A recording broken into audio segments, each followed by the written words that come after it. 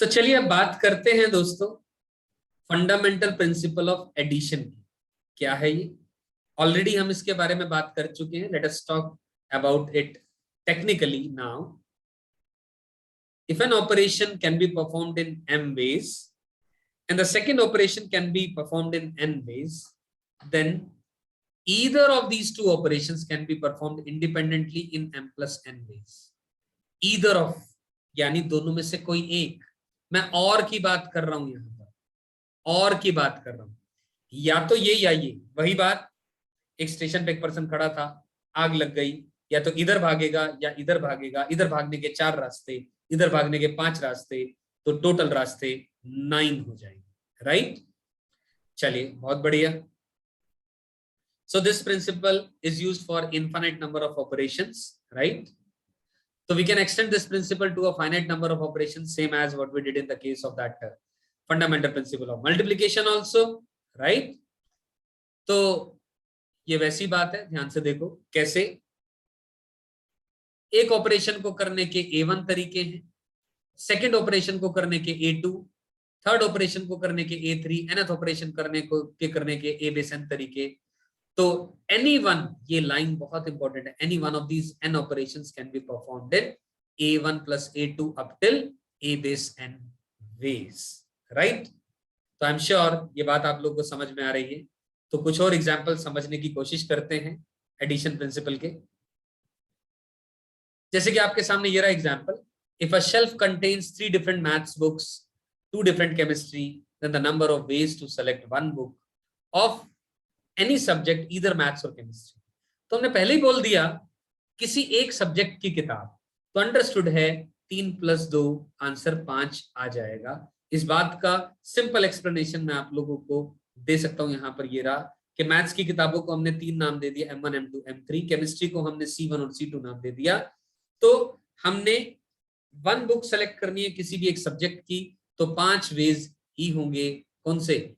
या तो M1 या M2 या M3 या C1 या C2, right? I am sure ये बहुत आसान सवाल था, आप सबको समझ में आ रहा होगा। चलते हैं आगे, सिनेमा हॉल की बात कर लेते हैं। सिनेमा हॉल की बात करते हैं तो वैसे भी थोड़ा सा अच्छा लगता है, राइट? और बोर करने की कोशिश करते हैं आप लोगों को। ये सिनेमा हॉल है आपके सामने, इसमें मान के चलो आपकी मन पसंदीदा मूवी चल रही है, ये रही स्क्रीन, ठीक? इसके ये कुछ दरवाजे हैं, ये दरवाजा नंबर 1 है, second door, third door, fourth door and fifth door. 5 दरवाजे हैं, एक एक करके सवाल आपके सामने हैं। पहला क्वेश्चन, क्योंकि अब ऑलरेडी आप fundamental principle of addition and fundamental principle of multiplication पढ़ चुके हैं, तो अब आपको डिसाइड खुद करना है तो which principle is to be used where, right? So here is the question. तो पहला क्वेश्चन है, number of ways in which he can enter and leave the cinema hall by a different door, अलग रास्ते से। मेरी बात समझ में आई कि enter and leave the cinema hall by a different door, मतलब अंदर आने का जो रास्ता है, डोर है, बाहर आने का वो रास्ता नहीं यूज होना चाहिए। कौन आंसर देगा इस क्वेश्चन का? बोलो। 6 आंसर होगा। ओके, और किसी का कोई आंसर? 20 आंसर होगा। 20, ओके। और किसी का कोई answer? 20, okay. Any other answer other than 6 and 20? देखो, ये तो सच्चाई है, इस चैप्टर में हर बच्चे का आंसर आता है। भले आप 2 आंसर मुझे ना दो, आप इस डर से आंसर नहीं दे रहे हैं, आपके आंसर शायद गलत होगा, लेकिन आंसर इज 20 एनीवेज, क्योंकि अंदर जाने के 5 रास्ते हैं और बाहर आने के 4 दरवाजे हैं। क्योंकि जिस दरवाजे से अंदर गया उस दरवाजे से बाहर नहीं आ सकता, तो टोटल तरीके मल्टीप्लाई होंगे, यानी 20 होंगे। क्यों मल्टीप्लाई होगा? अरे भाई, सिनेमा हॉल में अंदर जाना है एंड बाहर आना है। अंदर जाना या बाहर आना नहीं करना है तो प्लस नहीं करेंगे।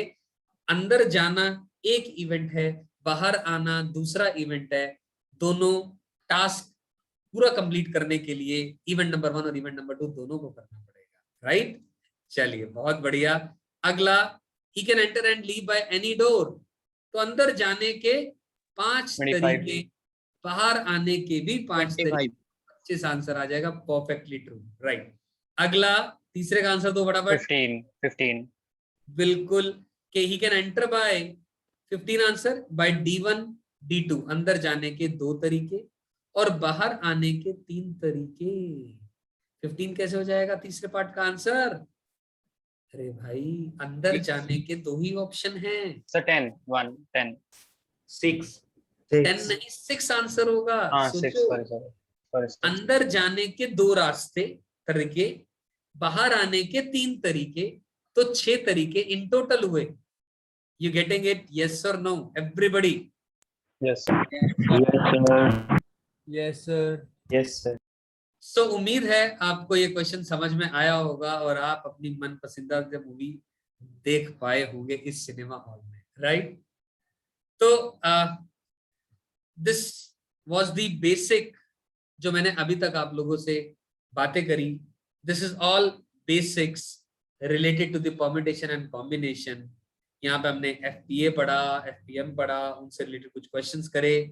तो जैसा मैंने कहा था, इससे आपका 60% परम्यूटेशन कॉम्बिनेशन आपके हाथ में आ जाता है। आगे जितने फॉर्मूलेज हैं, एक्चुअली में फॉर्मूलेज नहीं है, पूरे इस परम्यूटेशन कॉम्बिनेशन चैप्टर में लॉजिक है। आप सोच कर ये देखो मजे की बात कितनी है, हम चैप्टर पढ़ रहे हैं परम्यूटेशन कॉम्बिनेशन, अभी तक मैंने आप लोग को ये नहीं बताया what do we mean by the word permutation and what do we mean by the word combination. Actually उसको अभी नहीं बताना चाहिए, उसको बताने के लिए अभी हम भूमिका तैयार कर रहे हैं। आराम से छोटी छोटी चीजों को समझ रहे हैं ताकि हम आराम से चीजों को डाइजेस्ट कर पाए, समझ पाए, तब आगे चल के परम्यूटेशन बहुत बड़ा वर्ड, कॉम्बिनेशन बहुत बड़ा वर्ड, इनका मतलब बाद में समझेंगे, राइट? तो एक काम करते हैं, मैं आज यहीं तक ही आप लोग को पढ़ाऊंगा और ये कुछ क्वेश्चंस हैं जो आपके सामने मैं रख रहा हूं, राइट? और एक आध क्वेश्चन इनमें से मैं करा रहा हूं और इसके अलावा आई will share this PDF also with you in the WhatsApp group I'll be making, और इसके अंदर में कुछ क्विजेस के 5 सवाल होंगे, राइट? या एक काम करेंगे, मैं कुछ क्विज अगली क्लास में लाइव ही आप लोगों का लूंगा, क्या कहते हो? बोलो बोलो। Yes sir. अगली क्लास में हम लाइव ही क्विज लेंगे, देखेंगे कौन कितनी जल्दी आंसर देगा। लेकिन रिमेंबर, आज पहली क्लास है, अगली पहली क्लास नहीं होगी, तो मैं आप सबसे आपके क्वेश्चन के आंसर का एक एक्सप्लेनेशन भी मांगूंगा। तो अगर आप कोई आंसर दे रहे हैं तो एक्सप्लेनेशन के बिना मत आंसर दीजिएगा। मेरी बात समझ में आती है, राइट? तो चलिए एक छोटा सा क्वेश्चन कर लेते हैं, एक क्वेश्चन ही करेंगे, ज्यादा नहीं करेंगे। How many 3 digit numbers can be formed using these digits?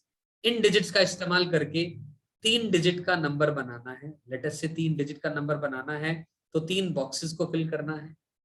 और पहला पार्ट दिया हुआ है फर्स्ट पार्ट पे विदाउट रिपीटिशन, मतलब एक नंबर एक डिजिट एक ही बार आ सकती है।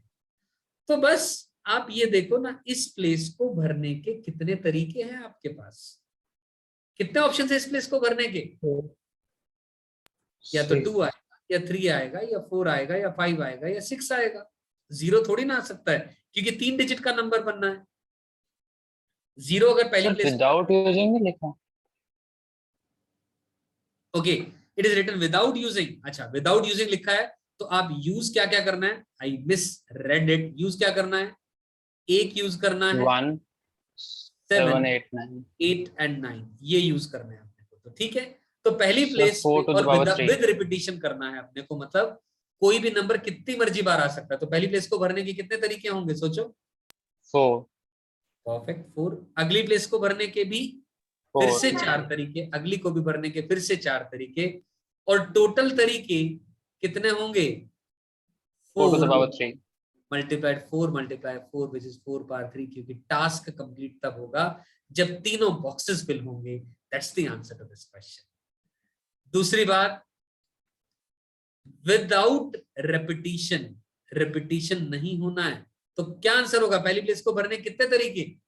4 into 3 into 2 परफेक्ट, पहली प्लेस को भरने के 4 तरीके। जो नंबर जो डिजिट यहां आ गया वो यहां और यहां नहीं आ सकता, तो इस प्लेस को भरने के 3 तरीके। और जो यहां और यहां आ गया वो यहां नहीं आ सकता, तो बचे कुछ 2 ऑप्शन होंगे, तो आंसर आ जाएगा 4 into 3 into 2, तो answer will be 24. That's the answer to this question.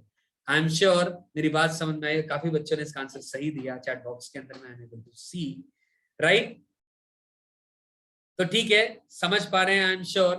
तो I will share this PDF, try to do these questions, and I'll share one DPP also in the WhatsApp group. I'll make the WhatsApp group. तो उम्मीद है आप लोगों को आज यहाँ तक जितना मैंने पढ़ाया समझ में आया होगा. Right? Yes, sir. Yes, sir. Yes, sir. Yes, sir. Wonderful.